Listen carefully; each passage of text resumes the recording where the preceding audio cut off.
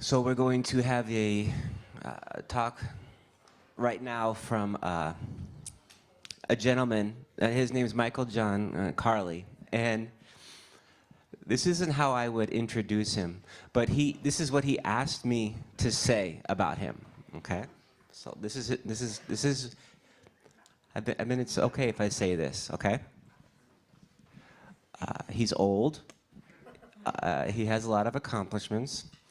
He has a website called michaeljohncarley.com, and you're encouraged to go there to learn or read more about him. That's it. Please look. Thank you, dude. I think you take this, actually. That's for Q&A for later. Hi. Yeah, so I'm another one of these people that has been in the autism, Asperger, neurodiversity, diversity, equity, and inclusion, disability worlds for a long time. And, you know, it's not because you're great at anything. It's just because you've been around so long that you accrue all of these, you know, like things to put on the resume. So I don't want people to get bogged down in that. Thank you for coming to this. I want to thank Northeastern University especially for hosting this, and especially for putting me on the dock in what can be sometimes, you know, the more troublesome speaking gig, which is when we have to talk about some of the things that we don't like to talk about. And that's where unconscious bias really breeds in. We have so many slides to get through. I'm going to be inspired by the Olympics, so I'm just going to pound through this. Okay, there's a slide coming up that has my email address on it. Take a screenshot of that or hit me up afterwards. Because if you want a free deck of this, I can email that to you just by emailing me, as well as questions. I will give you one personal story before I launch into this marathon that we're all going to go through. And that is that my prior careers before my son and I were literally diagnosed 1 week apart in late 2000 was that I was a starving playwright in New York, but I had a cooler than usual stupid day job, which is what we used to call them. I wasn't a waiter. I was actually a minor league diplomat operating out of the United Nations. And I was the UN rep for a group called Veterans for Peace. They were kind of the left-wing version of the veterans organizations. And so I was working there when all this news hits. And a couple of days after both my sons and my diagnoses, I was riding in an elevator with one of my colleagues. And you gotta imagine, it's the year 2000. Things are different then. Even the word Asperger syndrome means that your life is going to be mud, you know? So, you know, maybe you can do a card trick or do a math trick in your head or something like that, but blah, blah, blah. John gave you the rundown, I'm sure. And so I was sharing with her my son's diagnosis, who was 4 at the time, but no way was I going to share mine. No way. So we're talking about it, and then she totally throws me. And it turns out, she knows a little bit more about this stuff than I thought she did. And she goes, well, isn't that genetic? And I was like caught. Oh, no, I don't think so. No, not really. I'm not sure. No, definitely not. We get to the bottom floor. The elevator doors open. And the image of her walking ahead of me is emblazoned in my memory because I know that at that very moment, I had stabbed my own son in the back.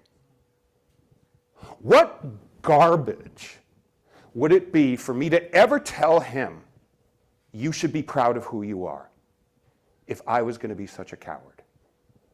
So there's my whole story for you. So there's your PDF slide. We're going to have a little competition up there, obviously, with the speech stuff, but michaeljohncarley@gmail.com. That's the most important thing you want up there. Quickly take a shot, and time's up.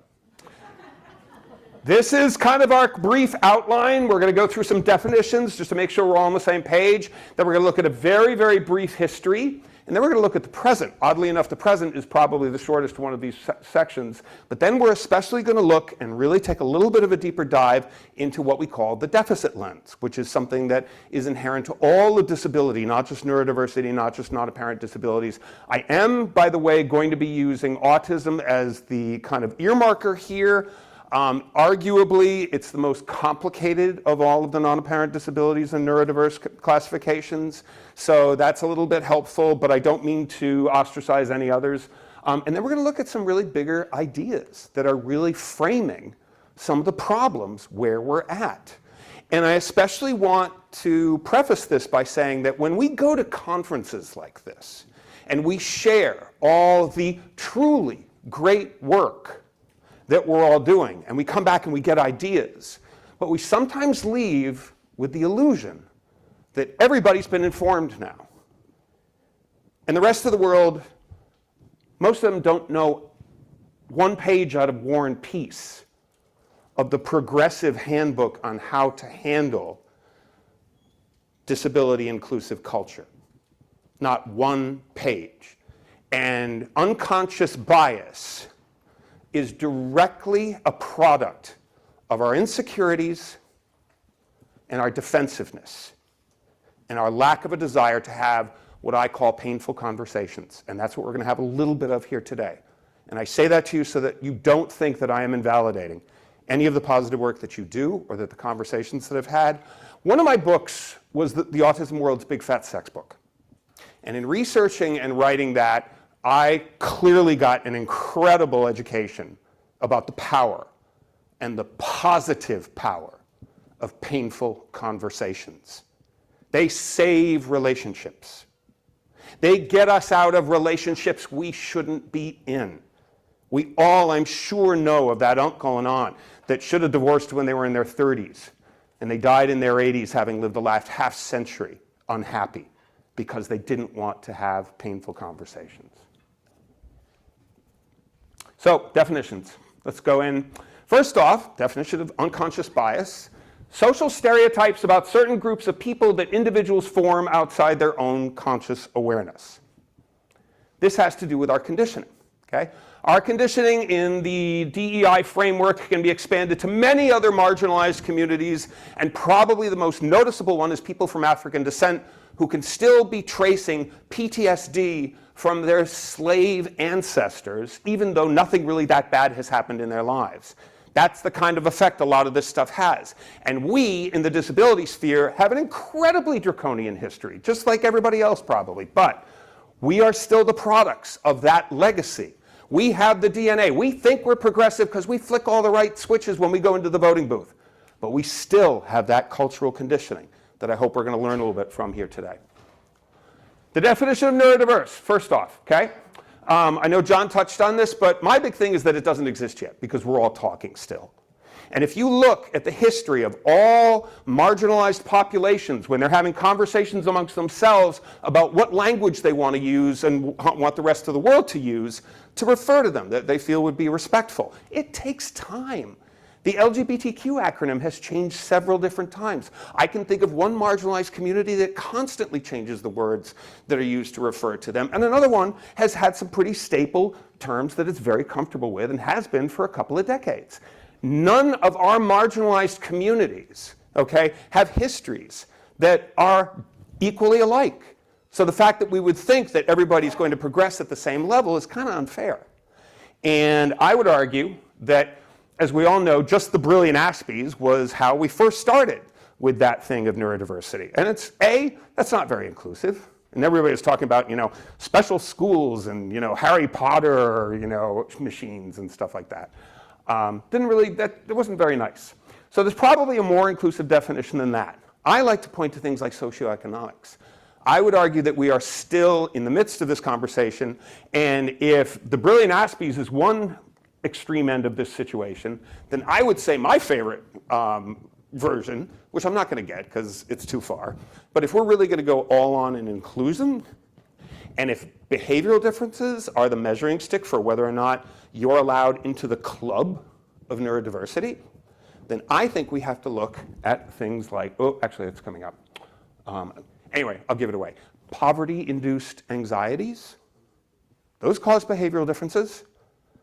So now that's a huge intersectional can of worms for everybody to open up, but that's still, if we're going to be inclusive, I think that's the only way to go. Again, when people have finally made up their minds, okay, as to what the definition means in the collective sense, then we'll see where we are. But if you want evidence of any of this, go on LinkedIn, do a search for neurodiversity consultants, and you will get 10,000 million hucksters and snake oil salesmen.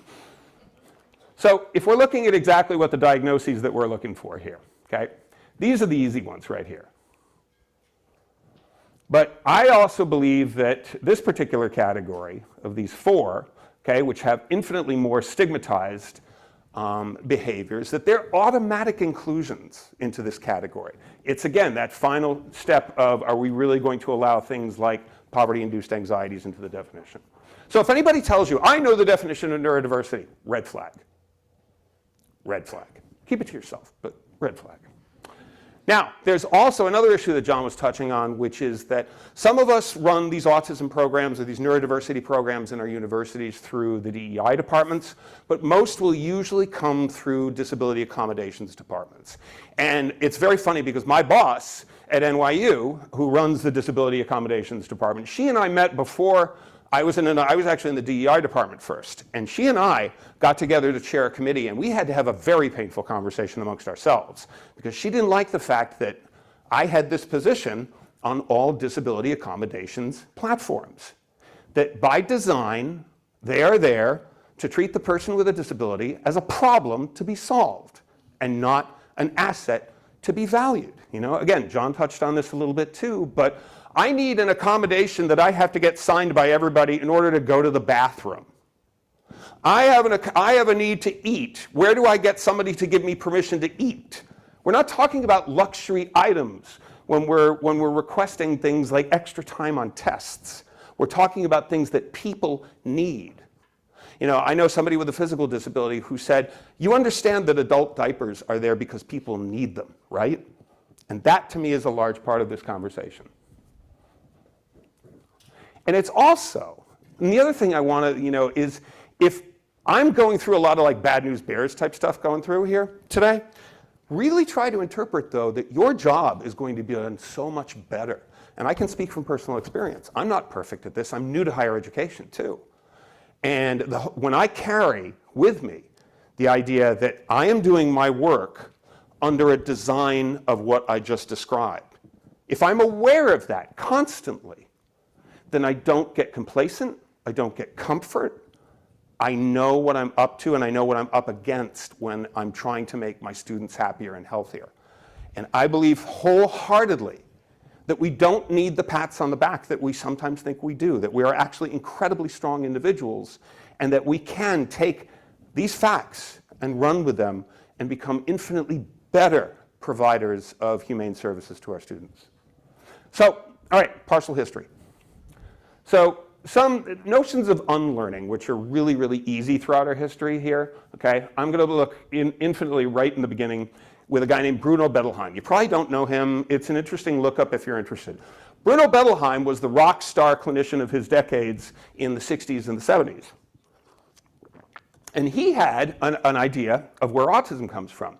It comes because your mother wasn't affectionate enough with you in the nanoseconds after you were born. We can laugh about that now. But at the time, you have to remember, these are also the days of put him in a home and forget you ever had him. These are also the times when nobody, no mother who was thinking, that's crazy. I know I was affectionate enough with him when he was born. This is nonsense. He was the rock star, though. So everybody bought his logic, hook, line, and sinker. And eventually, you're going to lose.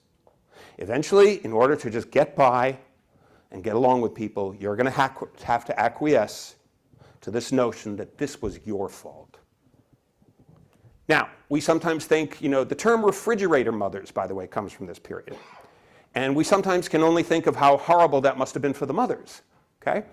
But when we think about, not to go hetero family everywhere, but let's say the male spouse, this is my wife's fault. She did this. What about the siblings? Oh, don't expect any affection out of mom. Did you see what she did to my brother? This man destroyed thousands of families in the most economically privileged nation on earth, which just makes it even all the more worse. This is our history. This is our DNA. This is our cultural conditioning. This is why we still have really, really scary thoughts deep inside us when it comes to disability of any kind. Okay? Huge conversations are now being had about what was easily the most prominent behavioral strategy for decades, applied behavioral analysis. I can't go into this rabbit hole too much because you'll lose me and I'll be talking to you for hours and locking the door so that you can't get out. But in this really, really famous and well-known technique, we're now finding out that an incredible amount of torture and mental damage was done to these kids who are now mostly adults. The heyday was really in the 05, 06 years for things like discrete trials. And when you start to go into exactly what was done to those children, 40 hours a week, and that would cause trauma in anybody. Now, people don't go into ABA because I want to hurt autistic children. That's what I've decided to do with my life. But ABA is still around. And it's just a requirement that usually those wonderful young people going into the field haven't heard any of the controversies. What I'm telling you all here, very few people know about, even if you can find movements of thousands of people. We have a nation of 319 million, do the math. 1-to-1, 5-to-1, 10-to-1, I'm referring to how many comments does it take to erase a negative comment you have made to a child? We always instinctively think of it's 1-to-1. I apologized, we're done. Children don't think that way. You need at least 5-to-1, if not 10-to-1, of positive comments in order to erase and undo and unlearn the negative comment that you gave that child. Cure thinking, or the medical model of disability, that was touched on a little bit. These are some of the battles that we had in the past, and we won, because when humanism is on the side of one of the two combatants, that side always, always wins. It just depends on how much time it's going to take. And the medical model of disability, which I'll talk about later, in conjunction with present-day university life, okay, is the idea, if you're not familiar with this term, that if you're not like everybody else, you're broken. And we have to fix it, or we have to extract what is there. Painful conversations, like I said. Probably the most painful conversation about all of this stuff in terms of our cultural conditioning, in terms of what we still have to get out of our lives, is an easy target, especially for people like me who have autism.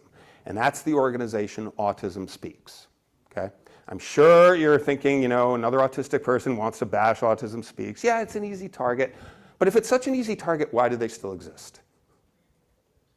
Why, if we were to substitute this situation where the largest autism organization has said incredibly heinous things about the potential for humanity of people with autism in their history, why are they allowed to exist? If we did that in any other aspect of diversity, equity, and inclusion, they wouldn't just be out, they would be prosecuted for hate crimes. Why do we allow it? That's the painful conversation. But just to give you a little taste.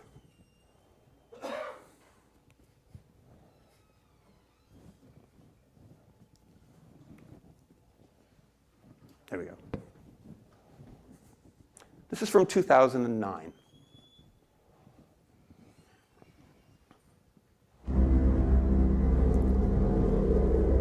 I am autism. I'm visible in your children, but if I can help it, I am invisible to you until it's too late. Doom and gloom I know music. where you live, and guess what? I live there too. I hover around all of you. I know no color barrier, no religion, no morality, no currency. I speak your language fluently, and with every voice I take away, I acquire yet another language. I work very quickly. I work faster than pediatric AIDS, cancer, and diabetes combined. And if you are happily married, I will make sure that your marriage fails. Your money will fall into my hands, and I will bankrupt you for my own self-gain. I don't sleep, so I make sure you don't either. I will make it virtually impossible for your family to easily attend a temple, a birthday party, a public park, without a struggle, without embarrassment, without pain. You have no cure for me. Your scientists don't... It's 5 minutes long, but you get the picture. And yet, these are just a small handful of universities that, at least in the past, if not still in the present, have had Autism Speaks chapters on their campuses. Okay? And there's a side note here on the bottom. These are only from the first 4 pages of the Google search. There were more. So what are we saying to our students subliminally? If they have read any of these comments,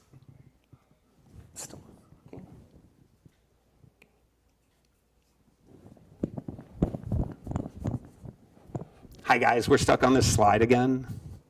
We had trouble with this slide in the run through. There we go.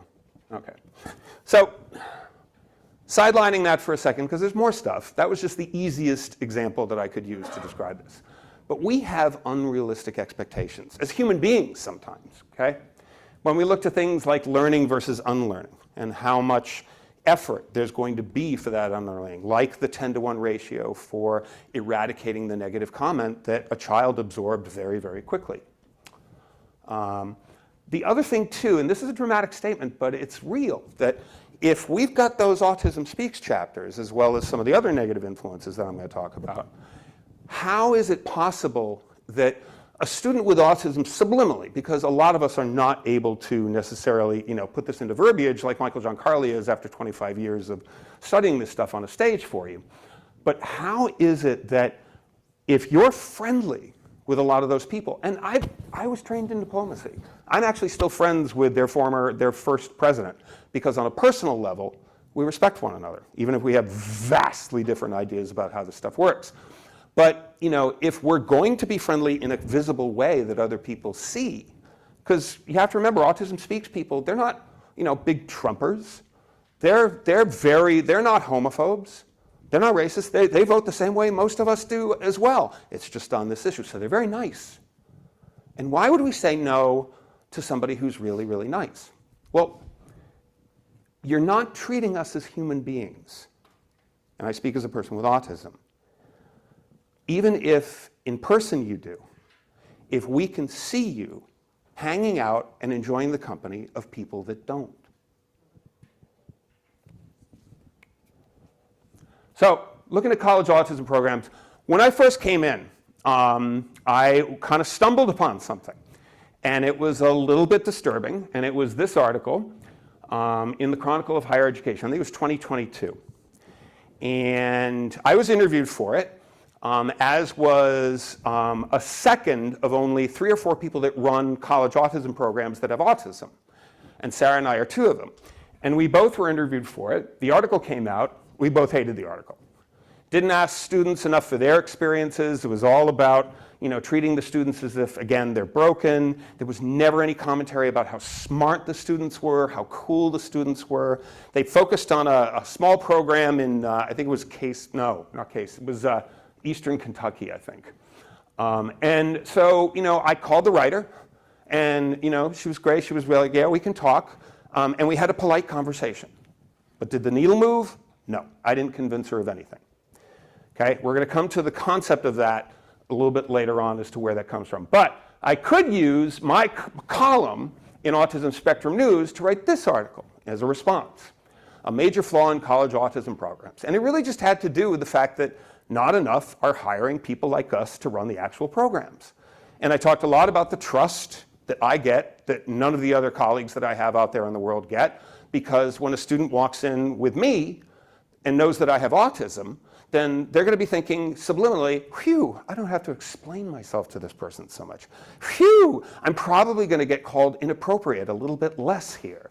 Phew, okay, on a lot of different levels.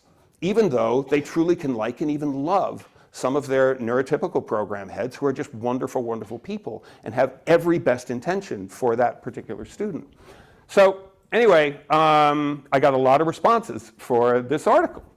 And I even had one particular official who is very high up in the college autism program scene on a national level who wrote me an email that, if this person is lucky, I will never share with the rest of the world. Because it was, the kids would use ableist all over. I'm older, I prefer the word colonialist. I also think that colonialist is kind of like more of a word that's going to be, the words that we consider ableist sometimes change every day, it seems. But colonialist, we know what that means. And it was arrogant, and it was entitled. And I've experienced this from this person before, but this person's response basically was, how dare you? How dare you? Do you know how many people work so hard for those students, no matter what organization they may have come from? She took great, great personal offense to it. Okay? We also have a lot of side organizations in the college autism world. Independent living programs like College Living Experience or the College Internship Program. Some of them are organized by the university, but most of them are private and will put an extra $15,000 to $85,000 on the parent's price tag every single year. And they're varying quality. I've worked with a couple of them. It's not to say that they need a big education as well. It goes program by program. But some of them have the words like targeting even in their names. And that's going to be prevalent for things like when we come to, it's not that harmful a word, but that's the deficit lens at work. Everything has to be negative when it comes to what makes us who we are and different.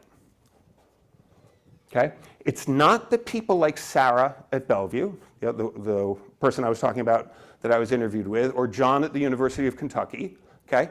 The three of us are not, no, I'm not gonna say that. I'm not that great a brain. I'm not that smart. I shouldn't be one of only 3 people running college autism programs. My master's degree is in playwriting. I'm really not as smart as I sound, I promise to you, okay? The problem is the administrators. Not enough administrators have the bias issues taken care of or the guts to hire the perfect person to run their college autism program. I have a cool boss. All the credit should go to my boss and not to me because she bucked the system and hired me. Ridiculously positive response, okay? I just talked about the negative response, this overwhelming positive response. We even started, and I have 3 great friends from this group here in the audience. We even started a new support group monthly. It's free. If you want in, just use that email address for me. It's the first Tuesday of every month at 1 o'clock Eastern time. And it's a support group for people that work in college autism programs. And it's run by people with autism. So that if you're looking for, because we're not going to replace you all, okay? I'm not trying to go there. But I am trying to maybe weed out the ones that want nothing to do with what we have to say and replace them with ones like you who are willing to listen to us and learn from us. Because there's loads of college autism program heads that are not. So the present, this is kind of our quick one here. I just want to run down some of the things that in general we all are dealing with in higher education right now when it comes to the current situation, whether it's having to do with neurodiversity and some of the behavioral differences that people are starting to see, or just in general, because it's certainly not just the students. And John, again, sort of commented on this a little bit. Okay, student challenges, we all know, multiple mental health concerns that can't be addressed by accommodations, first time away from home for a lot of these students. But also the faculty challenges, okay? They've just been through COVID. They've just been through remote learning. And their confidence in teaching, because like when you're teaching, you get a response from your student after you've said something that tells you whether or not they liked what you said or that they got what you said. And remote learning, that was all gone. So this has had an incredibly negative impact on teacher confidence as well. They need our help. And as we all know, professors are undiagnosed people like me all the time anyway, so that's just, And the administrative challenges that come also from all of these extra requests being piled on our departments, in our college autism programs, in our DEI units, in our accommodations networks, because we're not getting extra staff, to handle all of the onslaught of people just feeling really out of place in this new world. And we've got also the things like partisanship, COVID, George Floyd, social media, remote learning. This is just a new era of student. And they have been conditioned in a way in which a lot of us are unfamiliar with. And I think that we see this a lot. I've done a lot of work as a K-12 consultant as well, and you see this an enormous amount in those classrooms as well, where teachers the older teachers don't even recognize their own profession because it's such a different job nowadays. And if you're looking for the general things that can sort of plague spectrum life, you're looking at 3 categorizations. The hidden curriculum, which is our sometimes inability to read things like facial expressions, body language. Michael, stop talking, that sort of stuff. And I even have a brilliant example from the workplace of just, being able to understand the meaning. We don't dig, nonverbal communication or, soliloquies, sarcasm, euphemisms. This one guy at work with autism, okay, he got some papers delivered to him and he looked through them and he was like, I don't think this is for me. So he goes to his boss and he goes, can you take a look at this? Because I really don't think these papers were intended for me. The boss looks at him and he goes, no, I think you're right. I think you're absolutely right. These were not intended for you. Kick it upstairs. He takes the stack of papers and he goes to the stairwell and like an NFL punter, boom. Sensory challenges, I'm sure we all know in executive functioning. So now let's go to the deficit lens. And this is kind of the primary area where all of disabilities can somewhat unite, because if we really want to ask what unifies those 6,000 or 7,000 diagnoses that compromise disabilities, you do an employee resource group at your business, okay? You got your ERG, let's say, for your Latin men, okay? Those men will all be very, very different people probably, and they'll have different things to share. But the very fact that they will be more comfortable sharing things with each other that they do not feel comfortable sharing with everybody else, that's what justifies that ERG. You want to do an ERG for people with disabilities? You got a wheelchair user in there, let's say, Iraq war veteran with PTSD, somebody who's legally blind, and a guy with autism. Not a lot of shared experience there. It's more complicated. And this is one of the reasons why the workforce has been such a tough noodle to crack, is because we are intimidating to businesses because we have all these various diagnoses, okay?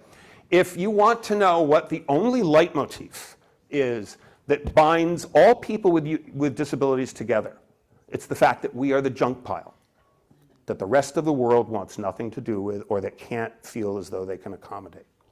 That's it. That's the only similarity there. Especially even when we try to categorize things like physical disabilities and non-apparent disabilities. If I'm a wheelchair user, and that's regarded as a physical disability, and I'm constantly wheeling past buildings in New York City, which I love, but they're not accessible. They're old buildings. They don't have elevators in them, and they don't have ramps. And I'm basically being told, screw you, you're not allowed here, by every building I pass by every single day. And you're going to tell me that person's not going to have an experience with a non-apparent disability every once in a while? So, this is indeed a nonverbal or a non-speaking person with autism, and the person's name was Mel Baggs, and we lost them a couple of years ago. But Mel could type and had a blog and was a pain in the butt to any autism executive director in the nonprofit field like me, because sometimes Mel didn't see the big picture. But Mel was always right, and Mel was really, really smart. This is what I look like when I'm trying to relax or zone out a little or shut off vision so that I can hear what is going on around me. I have no doubt that someone could use this image to show the tragedy and despair inherent in autism. Black and white images such as these and the captions that go along with them are designed to create a reaction. Most often, disability organizations run by non-disabled people use them to elicit pity and money at the expense of the truth. Look at the autistic person in her own world, they say. Isn't it tragic? What I am doing in this photograph is no different than someone curling up with a good book to unwind after a long day. Some autistic people would even say that it's bad to publish pictures that look like this. Better to publish the ones that make us look like real people. Those are the better pictures. I say that plays straight into the hand of people who think there's something wrong with the way we look.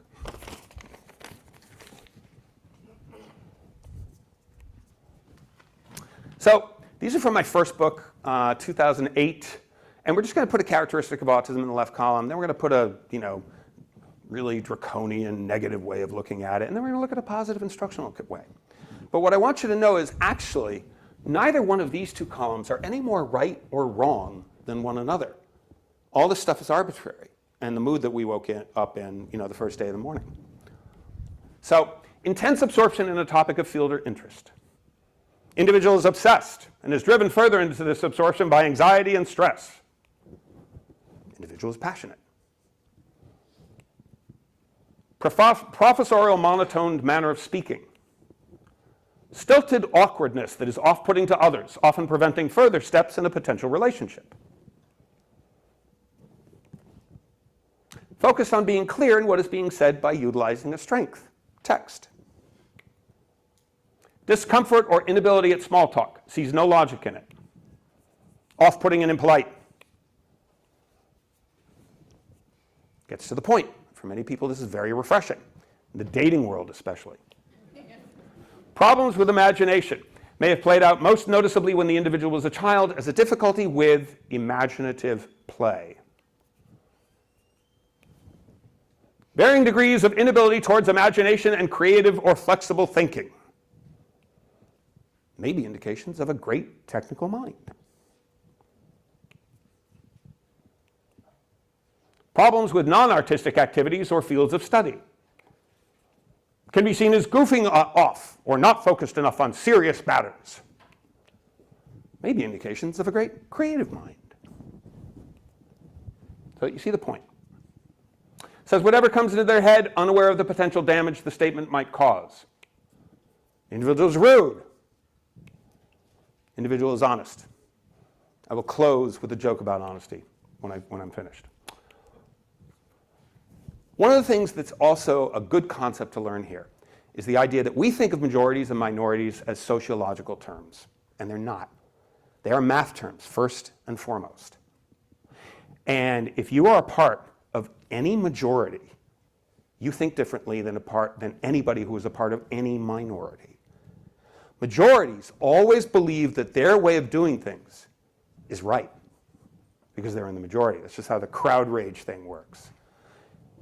If you're a part of any minority, you're always going to have more doubt as to whether or not your way of doing things is any good, and you're really going to struggle for confidence, which is something that the majorities always have in abundance. Here's the thing. This has nothing to do with whether or not the majority's way of doing things and the minority's way of doing things is brilliant or crap. It's just how majorities and minorities think.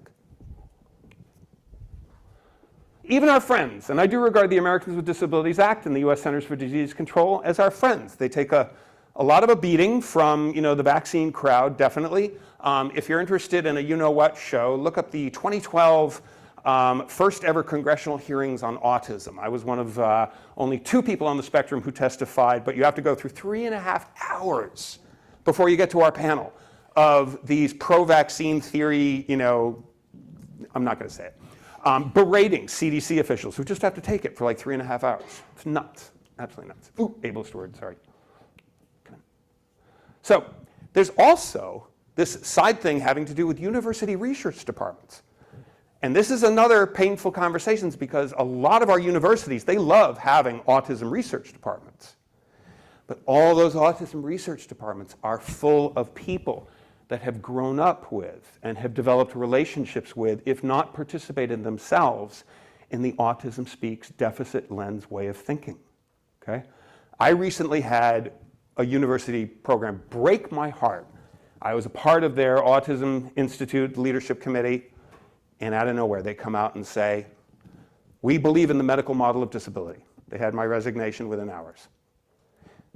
And we were having problem conversations about the concept of things like profound autism anyway, but they'd done some good work before that. So they really broke my heart. I had a lot of hopes for them. And you, I think, really are facing a situation, though, where they were just the honest ones and let it slip. I think that a lot of this community, in order to run their business, and we'll talk about their business, that they have to actually think like that. And that puts us irrevocably at odds because our students' mental health comes first, and that means that these research professionals need to get out of our cultures and out of our communities. Not all research, and I'll come to that, but this is kind of the big kahuna where a lot of the people I'm talking about cohabitate. And we romanticize the International Society for Autism Research. We love to have cocktail parties there with them because we think we're important because of this. But again, like I said, these are not Trumpers. They're people that we can hang out with and have a really, really good time with. But they have these inherently flawed beliefs about people with disabilities of all kinds that demand that we have to look at our unconscious biases and lift a painful finger, or else the needle will never move on the self-esteem of our students. Never. We have to take these actions. And INSAR, too, where a lot of these people, they're all the recipients of all the old Autism Speaks grants, even if they didn't work for them, okay? And there's a direct correlation because they're funded, for the most part, by the National Institute of Mental Health. However, I want to iterate from anybody that's spent any time in Washington, National Institute of Mental Health, they're pollsters, okay? If we show them that we're against this type of thinking, they will stop funding this type of thinking. The bigger ideas, I think, are things like when we think about inclusion, okay? I'm sure you've all heard the stories as a K-12 consultant throughout the country. When people get inclusion wrong, if you weren't personally invested in it, it would be funny. It'd be dramatically funny. But it's basically the best euphemism for when we screw up, I think, has to do with the kid in the wheelchair that gets invited to the school dance. And everybody goes, hey, we invited the kid in the wheelchair to the school dance. But the kid stays in the back and nobody asks them to dance. That's not inclusion. It's complicated. Oh, we have an inclusive classroom, so the rest of the school is exclusive? Yeah, I'm not crazy about that either. So let's go to the deficit lens idea again. And especially let's look at a lens, okay? Let's get really specific and look at the lens. It's on a camera, right? So what if we looked at the whole camera? And what if, instead of aiming it at the world of disabilities, we turn it around at you?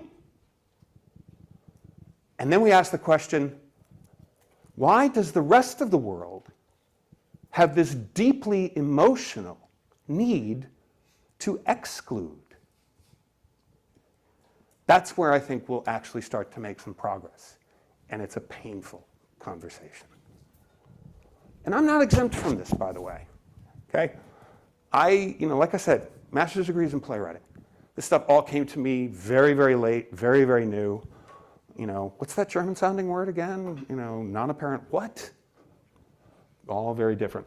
But there is one thing that is good to carry with us is that what binds people with autism, people with disabilities, and people without disabilities, we all fear the unknown. And a lot of this stems from that. And that's the human element that we're going to grab, because we can't call everybody bad people. That's the human element that we're going to grab and make this work with, okay? We do all fear the unknown. You bring city kids into the country and they want to kill everything that moves. You bring country kids into the city and they want to know why all these weird people aren't locked up. We always react in the negative when we are confronted, especially with a behavior that we don't get and that we find threatening. I have very interesting conversations sometimes with people that believe in microaggressions. And I'm like, look, the first part of an interaction like that, when you feel threatened and you feel scared, you have to own up to that. You have to recognize that made me feel threatened. That made me feel scared. But our instincts of where this stuff is coming from, they suck. We will always imagine that that person does want to harm us. And almost always in the case, they're just trying to get regulated. They're just trying to not be upset. So when we talk about these issues, we have to confront the rule that we're not supposed to speak negatively of people that we interact with. That's hard. And I'm sure so many people in the audience might be thinking, I don't know if I can do that. That's really hard. That's against a lot of business practices sometimes. That's not good for relations, and we need to collaborate. But if you really want to know what people with disabilities need you to do in order to gain the confidence and the self-esteem that will allow them to keep the jobs we get them after school, this is the stuff that has to happen. It's all culture change. There's in my years at the UN, I was shaped by some incredible people. Nobel Peace Prize nominees and even, well, not shaped, I was shaped by one, but I got to meet and at least spend some time with many Nobel Peace Prize nominees and even one Nobel Peace Prize winner. And when we talk about the difference between good and nice, these were the best people ever. You want to talk about doing good with your life. This is what these people were all about. Nice? No. Unbearable to be around sometimes. Absolutely unbearable, okay? And I'm kind of caught in the middle. You know, I'm the impersonal, you know, autistic who sometimes is like, why do you have such an emotional need? You know, what's going on here? Who can really appear cold and, you know, Mr. Spock-like, you know, kind of thing. But I used to have these hysterical, we took a few years out to take care of my wife's parents in Green Bay, Wisconsin. They were kind of hurting, so we just, you know, went there for a few years. And I had one of those typical Catholic Midwestern mothers-in-law, Margie. And Margie and I would we would joke that Margie was always, just cared about being nice. That's all she cared about, was being nice. You know, she didn't care about being good. You know, we would joke, oh, they're killing your children, Margie. And Margie would go, I know, but he was so nice. You know, that was Margie. That was my mother-in-law. And we would have these hysterical arguments in the car sometimes. Not arguments, but where Margie had the power to really get under my skin, because I'd be like, Margie, the Nazis loved their children just as much as we did. Don't you get that? And she'd be like, oh, Michael, you're so funny. Harvard Business Review. How many studies are they going to keep pouring out that tell us that the more diversified and the more painful conversations your company has, the more you will outperform your peers? And they also talk about it that inclusion and diversity, when you're implementing it in a situation that dramatically needed implementation, it's not kumbaya. It's painful conversations. And once you're over that, your company is probably going to be 3 times better. Some of the schools, just to talk very quickly too, about what we're doing with the kids based on where they came from, as opposed to where we are at present. In my old days as a school consultant, if the kids had a chance to look like somebody like me, I concentrated on their mental health. This was my basic plan until I got to know the kids a little bit better. But also for the ones that were more challenged, you wanted more community involvement, because that takes the deficit lens out and a lot of the myth out. When you can meet a lot of these folks and they can meet you and get comfortable. I had a brilliant example of one kid in a Milwaukee suburb. His name was John. He was 6'7", and he was barely verbal. He had a few sentences. But the 6'7" part, the rules change when you're 6'7", okay? And he had a very scary face, too. He was only like 14 years old. But anyway, the school had one of those self-contained classrooms. It wasn't inclusion for these kids. And the teacher was a former school bus driver, no education. Don't ask. I don't know how they, got licenses for that. And, they spend most of their work day or their school day just watching videos that the teacher would put on, and then she'd go on her phone. It was horrible. So there's one day when, I had a, meeting get canceled, and I walked by this class, and, the kids are just watching a video doing nothing. And I was like, Kate, give me the keys to the school van. I'm just going to take these kids to the mall. So she does. And this is an affluent suburb, by the way. And so we go to the group goes to the mall, but nobody had told me that when John goes with his family to this particular mall, he always gets an Auntie Anne's pretzel. And the line for the pretzels was really long, and it wasn't really a part of, our day anyway. So I told John it wasn't going to happen. And John responded, basically just saying, I'm really upset about this, Michael, in John's way of saying that, which cleared the mall and had the cops called. So everything ends up fine, but we get back to the school and we got to talk to the principal about it. And he's going, we can never do this again. Never, never, never, never, never. And I said, no, we have to go back tomorrow. And luckily, my special education boss backed me up on that. ABA, we sort of talked about that already. Understanding a student's perspective and experience rather than trying to simply manage behavior. This is at the root of a lot of the deficit lens. If it's different, clear it out. But the whole notion that when somebody was offended by a behavior in the old days, okay, fix that behavior. Know why. Know looking into why this particular behavior exists. What is motivating this particular behavior? So you got this transition from the old school, not so humane behavior analysts who would basically go into schools and try and fix things, and the new ones who would be like, okay, why is the student doing that? And this is going to take longer than it did in the past, and it's going to take longer maybe even than I want. Barry Prezant, who wrote the wonderful book of all the autism worlds called Uniquely Human. He's right down there in Rhode Island, by the way. Had it great. Every behavior that you don't understand is a story the student is trying to tell you. Take the time to find out what it is they're trying to tell you. And inclusive classrooms, we've sort of talked about that already. So this is a quick chart of how emotional regulation, functioning, emotional regulation. I just blew it. Man, all right. I wanted to show you how bad classification, because right there in the middle is probably the most important thing out of all of this, okay? And that really is about how, we handle our behavioral differences, but it's more and more about, I think, how do we process life when life doesn't go the way you want it to? And I think that the meltdowns, all that stuff, that's at the root of 90% of our lack of success in our relationships or our jobs, okay? That's what needs to be taught, how to process life when life doesn't go your way, right from the beginning when you're a kid. That's what early childhood brain activity can really also latch onto. So when we feel threatened, okay, the assumed trauma movement is another great thing I recommend to a lot of people. And a great example of this, quite frankly, actually comes from law enforcement. And you're thinking, how can it possibly come from law enforcement? We hear about all these horror stories, okay? Well, the horror stories are real. But the new movement that's going on right now is based on the assumed trauma movement. In the old days, let's say Johnny with autism is in his kitchen, his mom works 2 jobs, and he's graduated out of the system, can't get a job, there's nothing for him in adult services. And every once in a while, the cops have to be called. It's a really hard life for both of them. Single mom, she's in her 50s or 60s or whatever.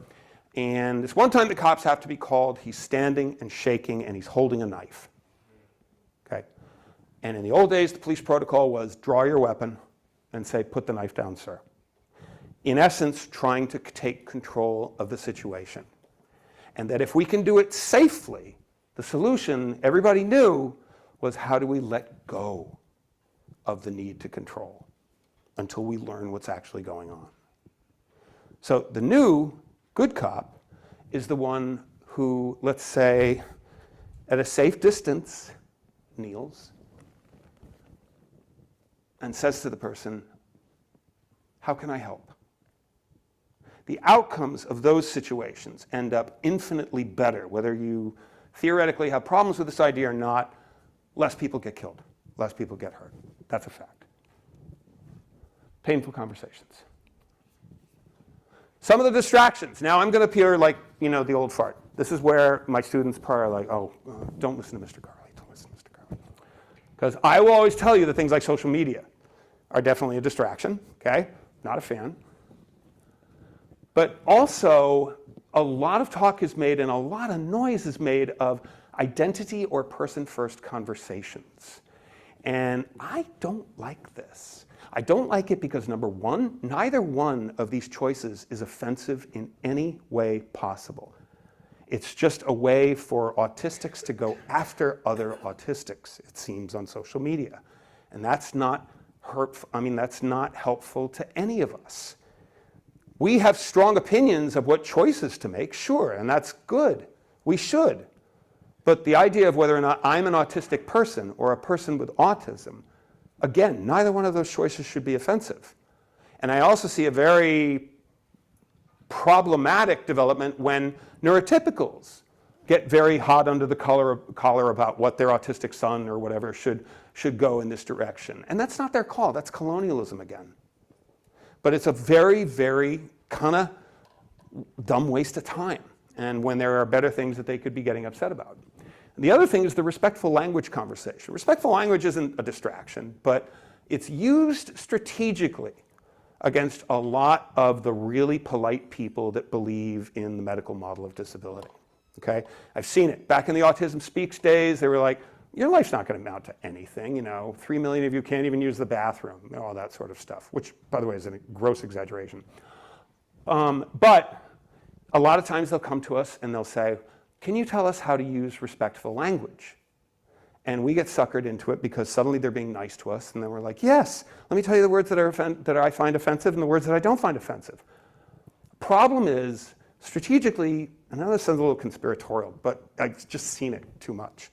Strategically, they're using those lessons to hide what crappy human beings they still are.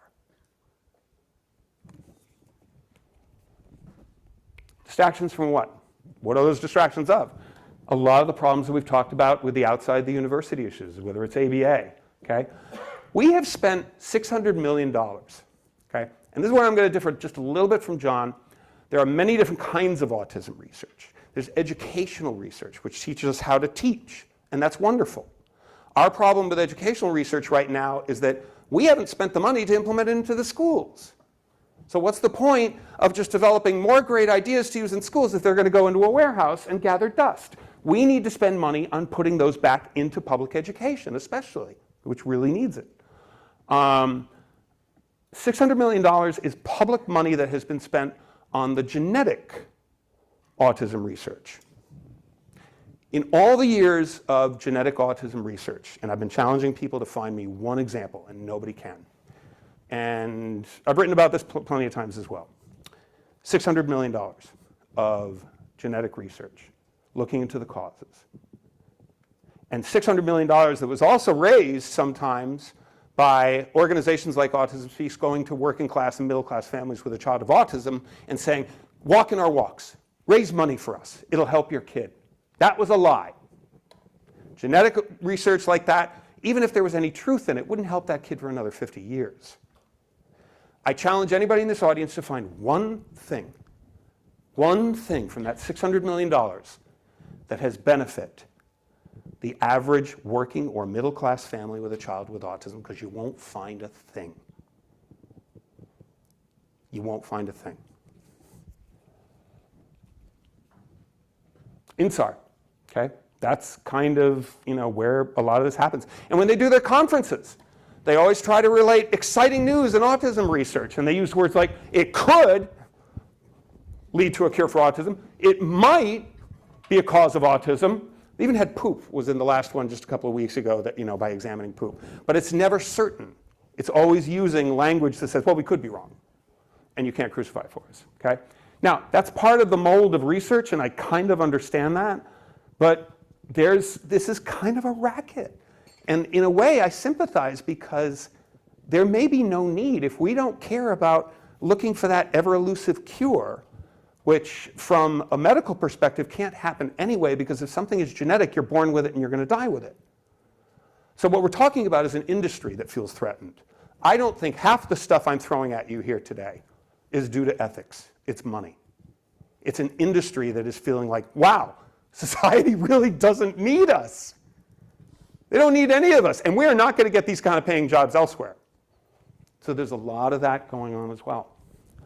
And every time I get seated next to a lawyer, I know nobody's ever going to tell me yes, but just in case, I get seated next to a lawyer and I say, hey, you got a lot of free time on your hands? You want to do a pro bono project? Because I got a great pro bono project for you. I want you to sue INSAR for fraud and maybe even hate crimes. And then I want to go after the NIMH for funding a fraudulent agent and for funding a hate group. I'm not going to get that. I know that. But I like to put the seed in people's understanding or in their brains about this stuff. So in anticipation, sometimes I talked in the beginning about when unconscious bias is a possibility and what unconscious bias loves to feed off of. I don't know if any of you are thinking this, and if so, forgive me, but I get a lot of this. But Mr. Carley, let me tell you about all the great things I've done for my students. I'm different. That's the insecurity, and that's the defensiveness that unconscious bias loves and feeds off of. That's the stuff it needs to exist, because it's a painful conversation. Whatever we all did, and I include myself in this, we are now a community of higher education professionals, okay? And whatever we've all done in the past, again, has been great, but in a large portion, it's been kind of under the wrong direction, and it's been uninformed, myself included. I am new, I am learning, I'm constantly learning, and it could have been a lot better. because we have all these issues still. We have all of this culture of subliminal messages that are being sent to our students from our own universities that contradicts anything that we say to them about you should feel proud of who you are. And it would have been informed. This stuff is hard. If it was easy, we would have figured it out a long time ago. What to do? Engage. Okay? But when we talk about these high-up professionals, we're talking about the 5% of the people that need to have their conditioning turned around. The 95% are our colleagues who just don't know any better and whom we can sell so long as we're not calling them names. Okay? So don't go cancel culture on them. Okay? There's a beautiful story. Everybody I'm sure knows Tara Westover. She wrote the book Educated. She grew up in a cult, went to Cambridge, all this sort of stuff. Tara Westover tells this beautiful, beautiful story when she first got to Cambridge, and she said, I had some so offensive ideas about same-sex marriage. So offensive ideas. And I will never forget the student that was sitting next to me and listening to my ideas. And he was calm, and he was not badgering me. He was giving me the chance to let me hear how awful my own views were and how that shaped her and taught her. Don't let them off, though. I appreciate how polite you're trying to keep this conversation, but people are really hurt by your actions, and you seem unwilling to stop. And I don't know why you would do that. I know you, and you're better than this. The opposite of anxiety, something I wrote about a long time ago, it's not calm, okay, which is an absence. The opposite of anxiety is trust. Trust that if this bad thing happens to you, you will get up again. Trust that if you try this very, very scary thing, that you're probably not going to die. Also, regulate. Be happy in your own lives, okay? Get the exercise, have the good interpersonal relationships, do everything, get a good diet, get sleep. A dysregulated support person can never regulate a dysregulated student. Be relentless. This is kind of a key concept when you're having the painful conversations with others, okay? A lot of what people use is explanation, but that's not the same as justification. Well, we still use the word cure because it's easier to talk to the pediatricians about that. That's explanation. It is nowhere near close to justification. So if you understand this concept, I think you'll be able to identify the situations where you are needed to maybe say something. This is all train the trainer material. You're all the trainers. You're going to go back to your college campuses and hopefully train others and lay this on your students. This is all about university-wide culture change. Just a quick thing, just some afterthoughts that I wanted to make sure everybody got about students. Remember, the college is not right for everybody. We've got this thing where we're constantly forcing kids to go straight from high school to college, and gap years can be wonderful, especially given the COVID and the George Floyd and the partisanship and all that. We're lucky. We don't have to choose between their mental health and their academics in our programs. And this is something that plagues K through 12 teachers. They always think that they can make both work, but they can't. And they have to err on the side of mental health, especially today. Come on. Professors and peers can be pressuring enough. Run a pressure-free program. I know NYU is very politicized, very high pressure, so if a student blows me off, I'm like, fine, I got work to do on the side. I'm never going to make them feel bad about it. Encourage and sell socialization, but don't push. If they got to college, they know what they need. Is it always compatible with the university policy? No. Is there never any denial? No, and there's actually a lot of denial sometimes because so many of our kids come to us raised to feel bad about who they are. Respect their challenges, but don't infantilize them. Thank goodness I remember that. If their self-esteem is damaging, I talked about that. They're going to have a hard time keeping whatever job they get. This is my favorite quote on planet Earth. Security is a superstition. It does not exist in nature. Life is either a daring adventure or nothing. Helen Keller. I am not a Freud guy. No, slept with his patients, all kinds of ethical violations, horrible stuff, but he had one brilliant thing to say. That is, if you really want someone to change, then you have to change. That's my one of 2 moments of shameless self-promotion. Those are my books. Second moment, we're running a good program. People are calling it one of the best programs in the country already after 3 years. Ha! Oh, yes, I was going to tell you a joke. Okay. Oh, should just hit the 0-second mark. I thought I was going to get in there, but you can give me like another 60 seconds, I'm sure. You want? No, you're getting the joke. You're getting the joke. Okay. So I'm, the typical spectrum guy, and so sometimes jokes go whoosh, right? My poor kids. You have to imagine how my kids are like, Dad, I got a joke for you, and I'm just like, why? Why? Why would you do that to yourself? Why would you do that to yourself? I had one great joke. So this guy with autism is in a job interview. And the guy giving him the interview, he's a really, really nice guy. And the 4-line joke. And the interviewer goes, okay, so we've gone over your strengths. Pretty good. What are your weaknesses? The guy with autism goes, I'm too honest. And the guy giving the interview goes, well, I don't think that's a weakness. And the guy with autism goes, I don't give a rat's ass what you think. Thank you for listening. I really mean it. It's painful. It's hard. Thank you.